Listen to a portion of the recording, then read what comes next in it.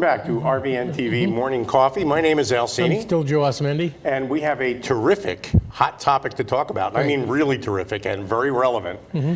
Joining us today via Zoom is Wendi Dumbroff. Wendi, welcome to Morning Coffee. Hi, good morning, Al. Thank you so much for having me today. You're a professional licensed counselor, right? Yes, I'm a licensed professional counselor. There you go. That's correct. Great. Okay, I have a question for you to start off. You know, since when the pandemic started and everything, a statistic says that only 18% of people that have been quarantined together are satisfied with their relationship. Is that correct?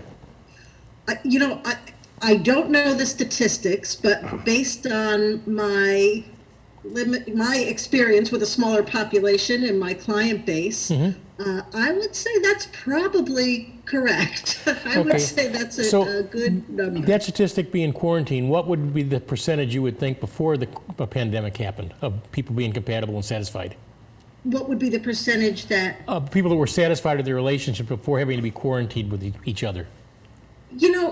So I don't know what the broader statistics are, but I'll address that by this. If people were less satisfied in their relationship going into the quarantine, that does not bode well for them during the quarantine. So if they're in a real difficult spot and then COVID happens, it was really much more difficult to manage that. Well, Wendi, I think that really is such a great point. COVID has taken what might have been a difficult thing and made it worse for a lot of couples. So when you're working with couples, in particular, I guess, couples who live together, how do you help them? How do you help their relationship? Yeah, that's such a great question because that's pretty much what I've been doing for the last several months. So let's look at some of the things that have happened, right? The home has become the workplace, school, young children, it's become the daycare center, it's everything. Nobody has their own space. We don't have our usual distractions, meeting friends, having a night out to kind of regenerate, going to the gym, just getting your hair done, just the simple pleasures of life and all the things that we as therapists encourage people to do for self-care, right? Seeing friends, seeing support systems. And now it's all just you and me 24/7 and the kids if they're running around also.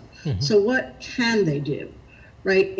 And in addition, by the way, not having the usual support staff in the home, like babysitters or family members that come to help out, right? And all of that.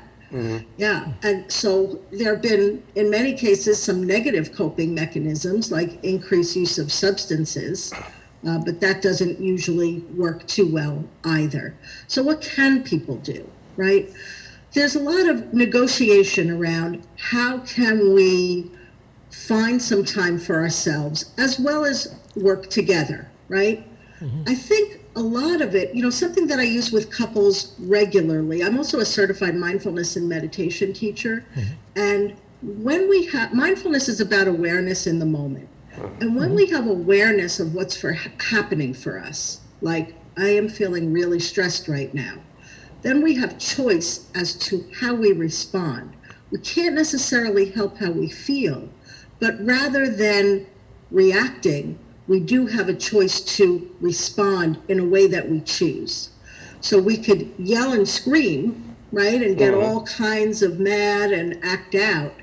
But when we are aware, I'm feeling really stressed, I notice this in my body, maybe I need a moment, I need to step outside, I need to step away, I need you to take over for a moment. I'm having difficulty right now. I can't even verbalize it, but I don't want to do what I usually do. So I'm going to step away. So it sounds like the solution then is to be more mindful about how you feel and how you communicate those feelings. Absolutely. And that's what you help your clients do.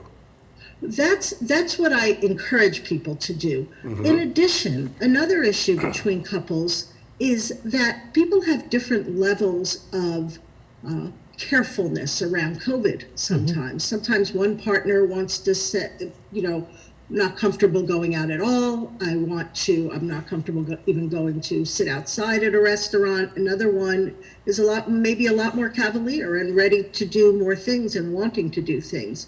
So really empathizing with each other, hearing each other's perspective, recognizing that it may be more difficult for one than for another. The other fears that come in, well, the reason I don't want to go to a restaurant is because I want to see my elderly parent, and I'm worried that if I get more exposed, then I have more of a risk exposing them. Wow. So really listening to each other to hear the concerns and trying to make some compromises. And Really work at that. Oh, I'm sorry. And work at that. Work on your You really relationship. have Don't to just take work it for at that. granted. Right. Yeah. What about family dynamics? There are a lot of people locked down with their children. Yes. What advice do you have for those people? Yeah, very difficult, right? I have an empty nest now, so my boys have flown the coop. But I've thought about that. What would it be like to have little ones 24/7, right? And so often I've heard when it's like a holiday vacation and kids are off from school and parents are like, oh, what am I going to do with them for a week? And we're trying to plan. But what do? They plan day trips, they plan play dates, and now it's just you and the kids 24/7, right? So again, negotiating sometimes when you're really feeling stressed, asking your partner to take over, if you have a partner, because there are single parents that are also at home with children. Kids are going to be kids, especially when they're younger. They're not responsible for hearing our adult emotions like, oh, sweetie, mommy's so stressed and had such a difficult day. So again, it's awareness and having some choice as to how we respond to any given situation. When we are aware of how we feel, we may not like it, we may not choose it, but it's what's there. And when we know that, and we know that things are getting really heated, then sometimes parents need to take a time out.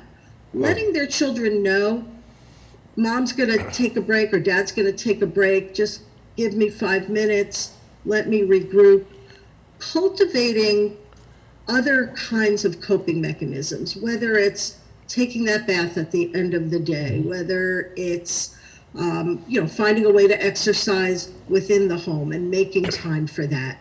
Self-care is very important because the more you take care of yourself, the better you're going to be for others, and especially for your children. That's a great point. Wendi, I live by myself, okay? and I sometimes under the pandemic, I get on my own nerves, all right? So what do you recommend for myself to go through these stressful areas?